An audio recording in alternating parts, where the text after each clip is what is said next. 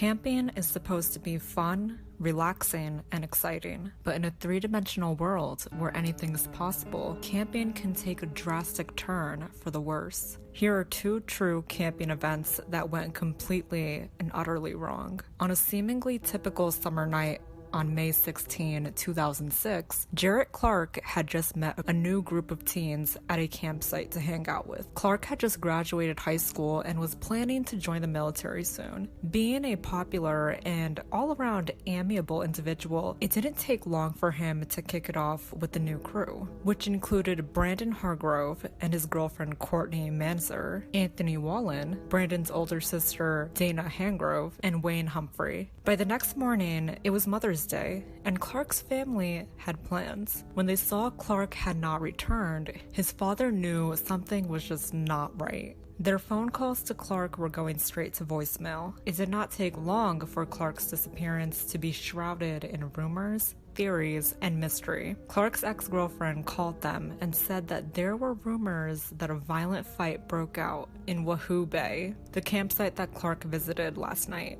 Immediately, the family drove to the area, and along with the park ranger, they discovered a single shoe belonging to Clark. The site was quickly closed off from the public and deemed a crime scene. Outsiders joined Clark's family and friends to find him, and witnesses at the scene last night confirmed the rumors. Around midnight, Clark and the two other guys he had met, Brandon Hargrove and Wallen, were participating in a shoving match. The two teens claimed that Clark was drunk, and initially the police just believed them. They believed that Clark really was just drunk and ran off somewhere, all the while dismissing any foul play. That theory didn't make much sense. However, once they discovered his phone literally inside the trash can, why would Clark himself willingly throw his own personal device away? On May 19, everyone's worst suspicions came to light when his body was found floating in the lake, just a couple hundred feet away from the campsite. The autopsy conducted found signs of trauma, though they could not pinpoint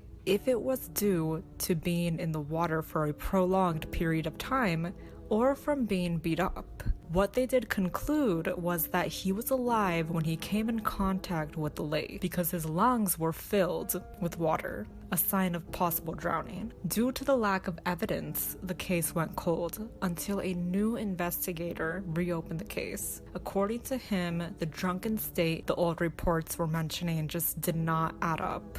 The toxicology reports revealed that the alcoholic content of his blood was not really enough to cause the drunken state that they were emphasizing. He conducted an interview with his ex-girlfriend again, and she stated that the text she was receiving that night didn't sound like Clark at all, as if somebody had stole his phone and was pretending to be him. The investigator also re-interviewed the other witnesses in 2012. Courtney Manzer, the girlfriend of one of the guys that were there last night, vaguely described that Clark came into her tent uninvited.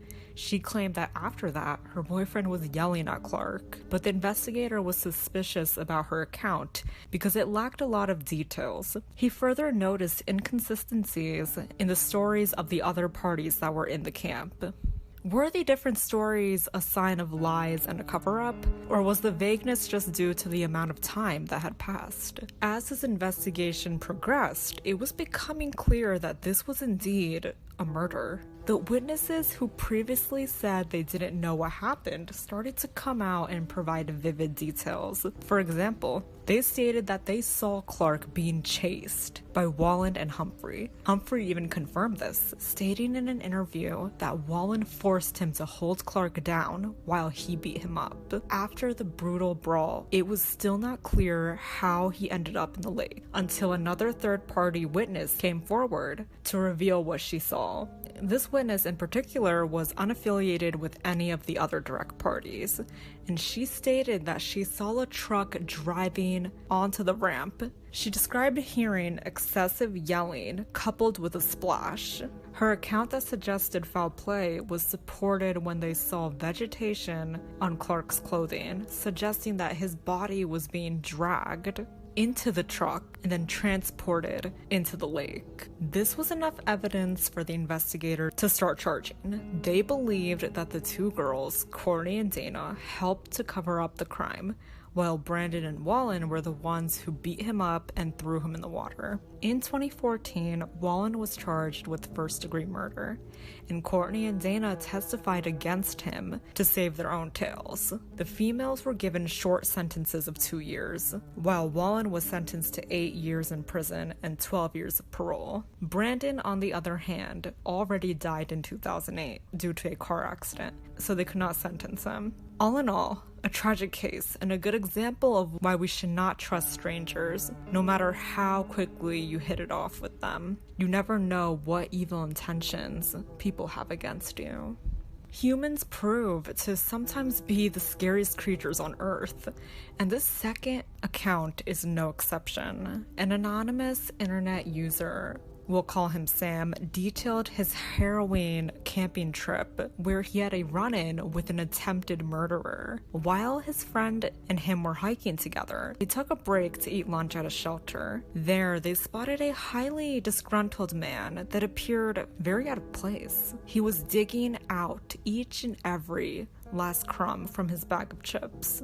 Despite how angsty the man appeared, Sam and his friend initiated some small talk, asking him if he's hiking too and what trail he's hiking on. The man gave short and blunt responses and looked absolutely uninterested in what they were saying. After avoiding all of their questions, he said he had to go and quickly bolted. From an initial perspective, one would just assume he was more of the introverted type or just plain bored of them. The only information Sam got from him was that he was going on a trail called Hatchet. They knew he was lying because that wasn't even a trail name. He didn't even look like a hiker. In one hand, he was holding a big old axe, and on his back, a flimsy light book bag. He did not even understand the basic hiking terminology. He definitely appeared to be there for very different intentions. That night, Sam and his buddy were awoken by the sound of rummaging. Sam immediately noticed that the strange man had accessed their hammock area and was digging into his backpack. He immediately yelled at the strange man, who stopped abruptly, stared at him for a whole minute, and then ran away into the darkness. He stole a sandwich and granola. They found out the next day that the man with the axe was actually on the run. An entire wanted poster was designated for him. Just weeks ago, he had robbed another hiker and even left a man bloody and near death. Sam and his friend certainly dodged a bullet that night, or they would have been the Hatchet Man's unwilling victims had they not been all ears. Those were 2 true accounts of horrific camping events. Please remember to like, share, and subscribe for more interesting content. If you'd like to support me, my PayPal is linked down below in the description.